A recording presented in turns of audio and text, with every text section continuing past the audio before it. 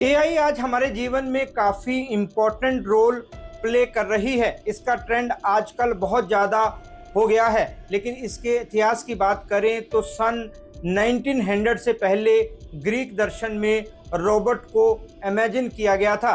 Greek के मिथिकों में Talos का जिक्र मिलता है, जो कांसे का एक रोबोट था। हमारे ग्रंथों में भी इंसान जैसी लगने वाली ऑटोमेटिक मशीनों का जिक्र किया गया है। सन 1943 में अमेरिका के साइंटिस्ट वॉर्ने और वॉल्टर ने पहला न्यूरल नेटवर्क मॉडल पेश किया था।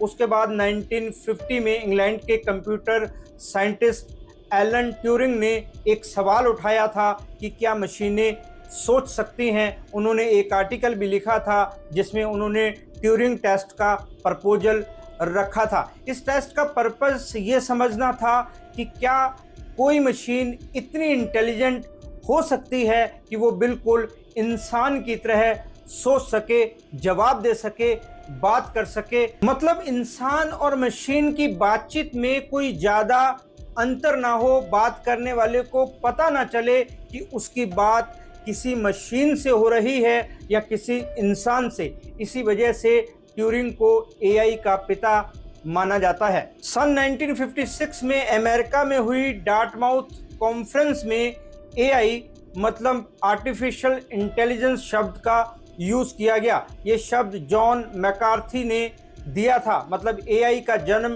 डार्टमाउथ कॉन्फ्रेंस में हुआ था। इस कॉन्फ्रेंस का पर्पस ये जानना था कि क्या मशीनों को सिखाया जा सकता है, क्या वो प्रॉब्लम्स को सॉल्व कर सकती हैं, क्या मशीनों को भाषा समझ में आ सकती है और क्या मशीनें लॉजिक दे सकती हैं। फिर जॉन के साथ 3 और वैज्ञानिकों ने मिलकर एक प्रपोजल तैयार किया। इसमें कहा गया कि किसी टॉपिक को सही ढंग से डिस्क्राइब किया जाए तो मशीन उस टॉपिक पर काम कर सकती है। इस कॉन्फ्रेंस का असर ये हुआ कि जो लोग अलग अलग चीज़ों पर रिसर्च करते थे उनको एक नई डायरेक्शन मिल गई, साथ में मशीनों के बारे में और सोचने का मोटिवेशन भी मिला। सन 1956 में एआई के प्रोग्राम बनने शुरू हो गए। शुरू में कुछ प्रोग्राम भी बने जैसे logic theorist, general problem solver. इस कॉन्फ्रेंस के बाद ये सोच जोर पकड़ गई कि मशीनों में भी इंसान जैसी समझ हो सकती है।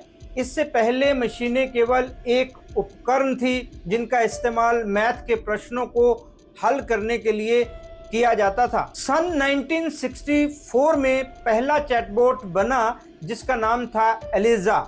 लेकिन 1970 और 1980 के बीच का टाइम एआई के लिए खास अच्छा नहीं था। इसे एआई विंटर के नाम से जाना जाता है। यहाँ पर विंटर का मतलब है ठहराव। जैसे पश्चिमी देशों में सर्दी में बर्फ पड़ती है, सब कुछ जमा हुआ होता है और एक ठहराव आ जाता है, उसी तरह 1970 और 1980 के बीच एआई को लेकर रिसर्च और विकास की स्पीड बहुत कम हो गई। फंडिंग रुक गई, इन्वेस्टमेंट नहीं थी, तो इसमें लोगों की दिलचस्पी भी कम हो गई। लोगों की उम्मीदें टूटने लगी, लोग निराश हो गए और एआई को लेकर शक होने लगा कि क्या वाकई ये सफल हो पाएगी या नहीं। नई खोजें बंद हो गई क्योंकि कंप्यूटर हार्डवेयर लिमिटेड मात्रा में था और डेटा भी एनफ नहीं था। 1980 में कार्नेगी मेलन यूनिवर्सिटी के शोधकर्ताओं ने एक्सकॉन को डेवलप किया। इसका काम था डीईसी नाम की कंपनी में कंप्यूटर सिस्टम की कॉन्फ़िगरेशन को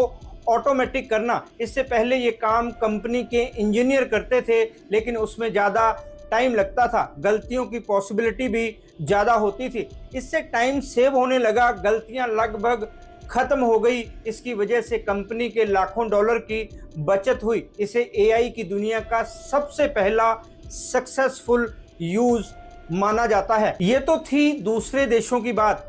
अब हम बात करते हैं कि हमारे देश में एआई की शुरुआत कब और कैसे हुई। तो दोस्तों, हमारे देश में एआई की शुरुआत 1960 के आसपास हुई मानी जाती है। सबसे पहले robotics, expert system, electricity network, speech पहचान जैसी चीजों में इसका यूज किया गया। प्रोफेसर रंगास्वामी नरसिम्हा ने इस प्रोजेक्ट को लीड किया था, इसे इंडिया के पहले डिजिटल कंप्यूटर के तौर पर जाना जाता है। ये डिजिटल कंप्यूटर पूरी तरह से इंडियन वैज्ञानिकों और इंजीनियरों की टीम ने बनाया था। इसे उस टाइम की एक बड़ी अचीवमेंट समझा जाता है। ये कहा जाता है कि इस डिजिटल कंप्यूटर ने ही हमारे देश में एआई की नींव रखी थी। उसके बाद एआई लगातार डेवलप होता गया, धीरे धीरे मशीनें इंसानों का काम करने लगी। आज रोबोट लोगों के ऑपरेशन कर रहे हैं, मतलब एआई हर जगह है, हर फील्ड में है।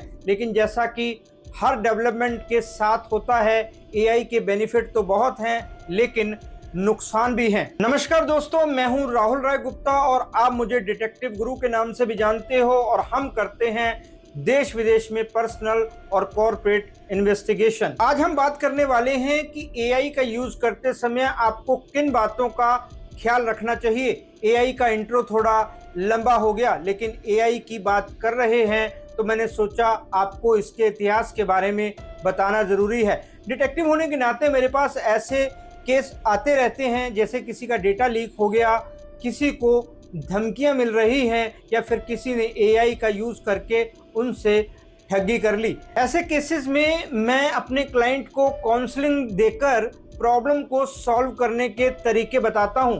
तो इस वीडियो में मैं आपको बताऊंगा कि आपको एआई पर कौन सी 5 चीजें करनी है और कौन सी 5 चीजें नहीं करनी है। आपको ये भी बताऊंगा कि आप एआई से कैसे ज़्यादा से ज़्यादा बेनिफिट ले सकते हैं। मैं आपको कुछ टिप्स भी दूंगा कि आप इससे होने वाले नुकसानों से कैसे खुद को बचा सकते हैं। डिजिटल फुटप्रिंट कैसे बनता है, इससे क्या क्या हो सकता है, उस वीडियो में मैंने आपको कुछ टिप्स भी दिए थे कि आपको अपने डिजिटल फुटप्रिंट को बेटर बनाने के लिए क्या करना चाहिए। आप उस वीडियो को हमारे चैनल डिटेक्टिव गुरु पर जाकर देख सकते हैं। इस वीडियो में मैं आपको बताऊंगा कि एआई पर आपका डिजिटल फुटप्रिंट कैसे बनता है और आपको क्या क्या सावधानियां रखनी हैं। तो चलिए शुरू करते हैं।